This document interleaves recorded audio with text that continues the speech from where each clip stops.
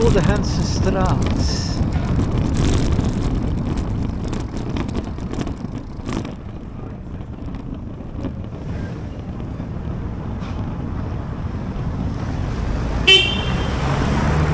Natuurlijk, het is 15 km per uur hier, hè. Dat geldt ook op de avond.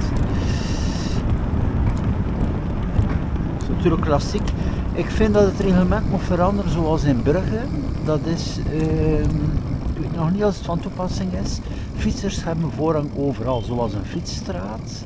En de wagens mogen je niet meer voorbij steken. Dat remt ook de auto's af en dat motiveert ook om nog meer de fiets te gebruiken, hè. Zo de grote markt.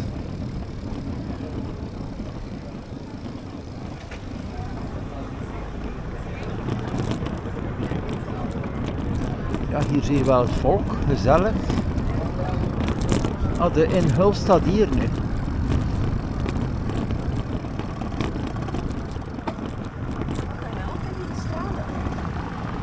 Zo. De inhulst vlak voor de grote markt. En dan nog even de sfeer. Je ziet wel het klassieke volk, zoals men ziet in de andere steden, de grote markten, de horeca, locaties.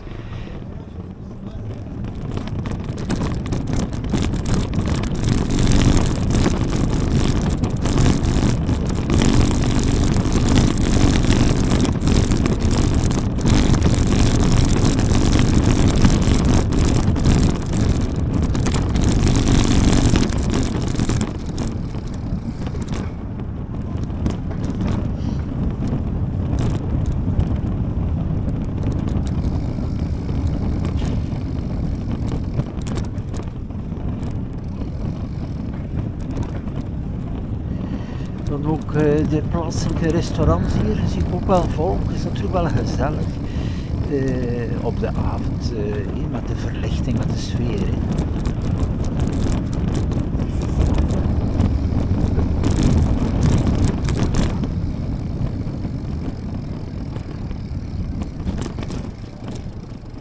Dus de binnenstad is wel bijzonder goed verlicht, als je dat zo ziet.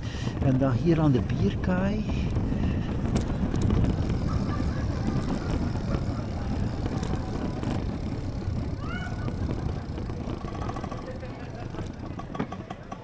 Hier zie ik een volledige volle terras hier, vlak aan de bioscoop en ook de horeca daar van de bioscoop zelf. Hè.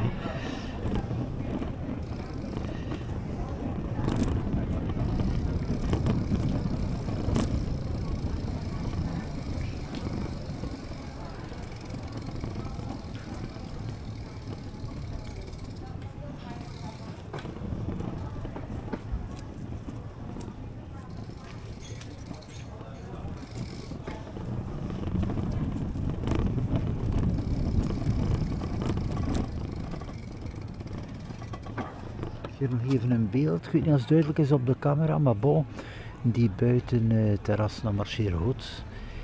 En dan ook de horecapunt hier van de bioscoop zelf en ook wel de restaurants. Maar het is natuurlijk wel een aangename locatie hier, de bierkaai, omwille van het water ook, de sfeer. En er is veel verlichting aanwezig. Opnieuw, alle punten hier zijn goed verlicht.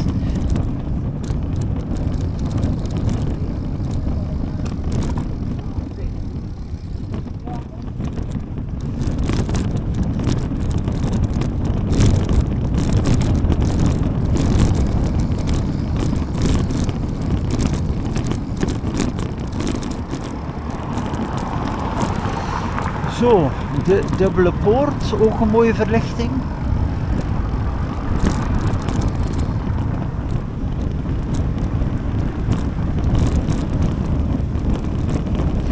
Bon, de binnenstad geeft zijn charme op de avond. Ik heb het nu zelf nog een keer gezien. Het is wel mooi.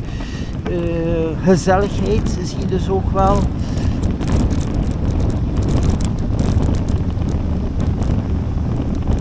Hier ook nog de exit van de Tivoliweg.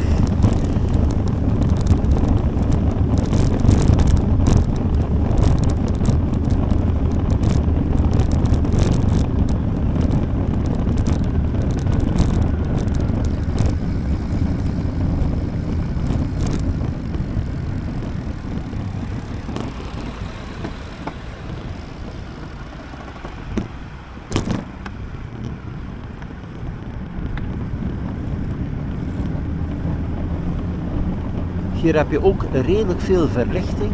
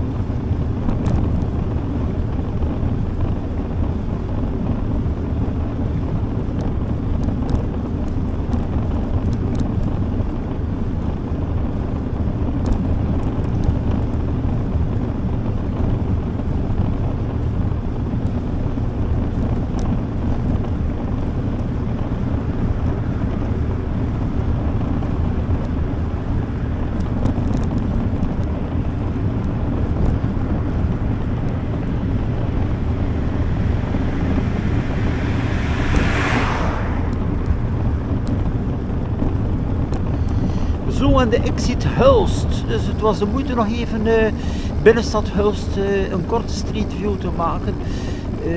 Dus gezellig, veel verlichting en ja, een aangename sfeer in het algemeen.